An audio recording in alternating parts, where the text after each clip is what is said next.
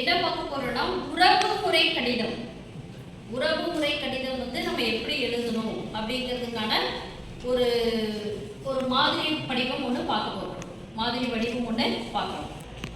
இப்போ இந்த உறவுமுறை கடிதத்துக்கான வினா என்னன்னு பார்த்தீங்கன்னா, புத்தகம் வாங்கி அனுப்புமாறு உறவினர் ஒருவருக்கு கடிதம் எழுதுக. ஒரு புத்தகம் வாங்கி நமக்கு அனுப்பணும். யாரு? நம்மளுடைய உறவினர். உறவினர் ஒரு புத்தகம் வாங்கி நம்மளுக்கு அனுப்பணும். அப்படி அனுப்புங்க அப்படின்னு நாம நம்ம உறவினர்கிட்ட நம்ம கேட்க போறோம். சரிங்களா?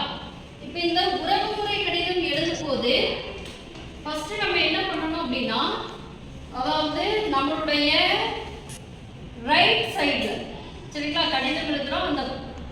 அந்த தாளினுடைய ரைட் சைடுல இங்க இருக்கக்கூடியது நம்மளுடைய முகவரி. நம்மளுடைய முகவரியை தான் எழுதும். அப்ப நம்மளோட முகவரி எழுதும் போது நமக்கு பேர் போடணுமா அப்படின்னா பேர் போட தேவையில்லை. நீங்க ஜஸ்ட் என்ன பண்ணலாம், டோர் நம்பர் போட்டு ஸ்ட்ரீட் நேம் போட்டு நம்ம எந்த ஊர்ல இருந்து எழுதணும் இது மட்டும் போட்டா போதும். இது போட்டதுக்கு அப்புறம் கீழே நம்ம என்ன பண்ணணும்னா, நம்ம என்னைக்கு எழுதுறோம் கடிதம், நம்ம என்னைக்கு எழுதுறோமோ அந்த டேட் கண்டிப்பா எழுதிருக்கணும். சரிங்களா? இதுல இல்ல, ஆனா நீங்க கண்டிப்பா என்ன பண்ணணும், டேட் கண்டிப்பா எழுதணும். சரிங்களா?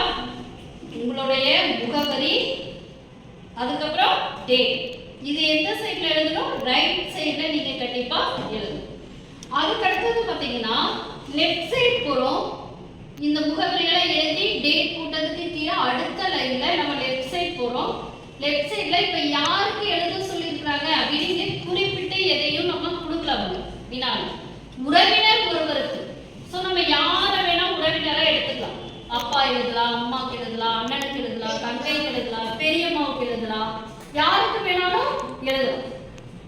இப்ப நம்ம இங்க என்ன பண்றோம்னா அன்புள்ள அண்ணனுக்கு அப்படின்னு எழுதுறோம். சரிங்களா? அன்புள்ள அண்ணனுக்கு அப்படின்னு எழுதுறோம். அன்புள்ள அண்ணனுக்கு யார் எழுதுறோன்னு கீழே கொடுக்கணும். யாருக்கு எழுதுறோமோ அவங்க பேர் மேல அன்புள்ள அண்ணனுக்கு. தங்கள் அன்பு தம்பி தமிழ் வேந்தன் எழுதும் மடல். உங்களுடைய தம்பி தமிழ் வேந்தன் எழுதக்கூடிய மடல். மடல்னா கடிதம். அடுத்தது நலம் நலமறிய ஆவல். நான் நல்லா இருக்கேன், நீங்க நல்லா இருக்கிறீங்களா அப்படின்னு கண்டிப்பா கேட்கணும்.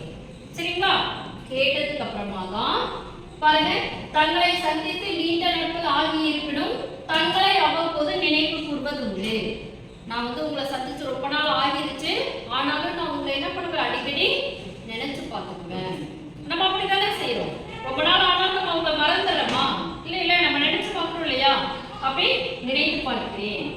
அடுத்தது எனது தமிழ் தேடலுக்காக, எனக்கு தமிழ் தேடலுக்காக சென்னை பல்கலைக்கழக பேரகராதி ஒன்று தேவைப்படுகிறது.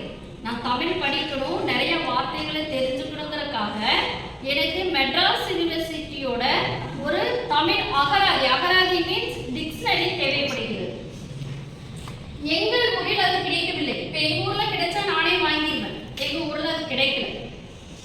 தாங்கள் வசிக்கும் திருவல்லிக்கேணி வள்ளுவர் பதிப்பகத்தில் கிடைப்பதாக அறிந்தேன். நீங்க இருக்கக்கூடிய ஒரு வள்ளுவர் பதிப்பகம் அப்படிங்கிற அந்த கடையில, அந்த பதிப்பகத்துல அந்த புத்தகம் கிடைக்கும்னு நான் எனக்கு கேள்விப்பட்டேன்.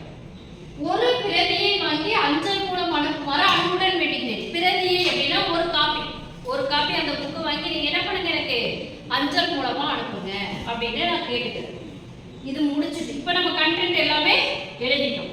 எழுதி முடிச்சதுக்கு அப்புறமா மறுபடியும் நம்ம என்ன பண்ணணும், ரைட் சைட்ல இப்படிக்கு தங்கள் அன்பு தம்பின்னு போட்டு நம்மளுடைய பெயர் எழுதிக்கணும். சரிங்களா?